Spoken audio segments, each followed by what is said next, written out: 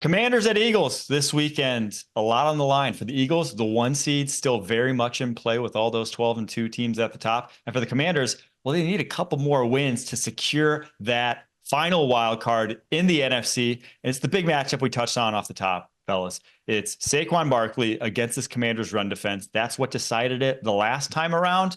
Do we see the Commanders having more answers if that's Jonathan Allen being healthy, if that's their pass coverage being better, that they can dedicate more resources to the run defense?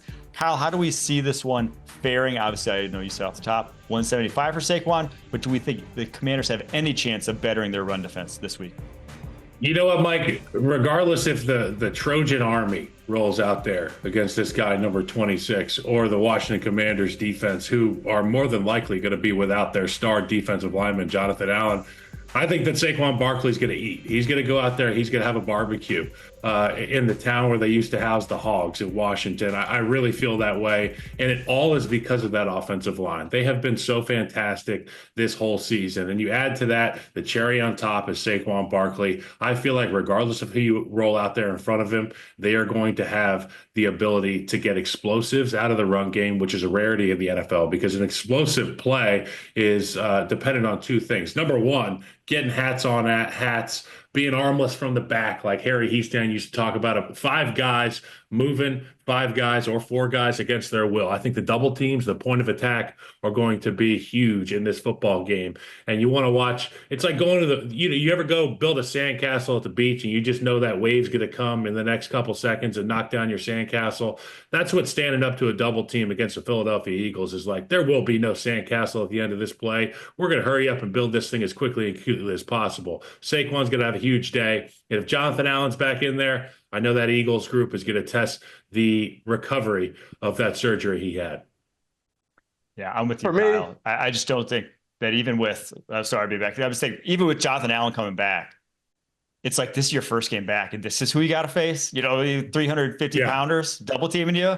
It ain't the team I want to test my pec on. So, be back. What were you gonna say?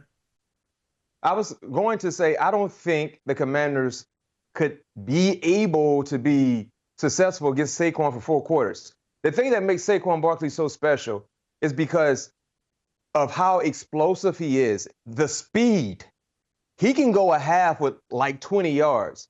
And all that he needs is a glimmer of hope to be able to bring off a 5-yard run to 60. Remember what he did to the Rams?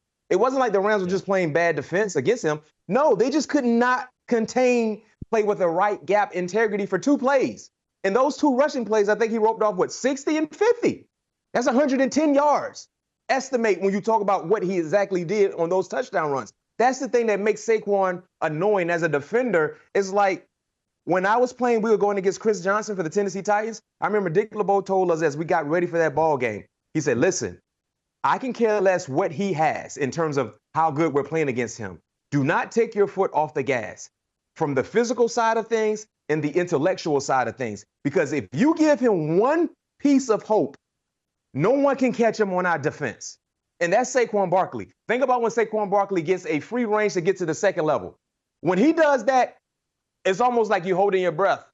Like, here you go. Because you don't see people go get him.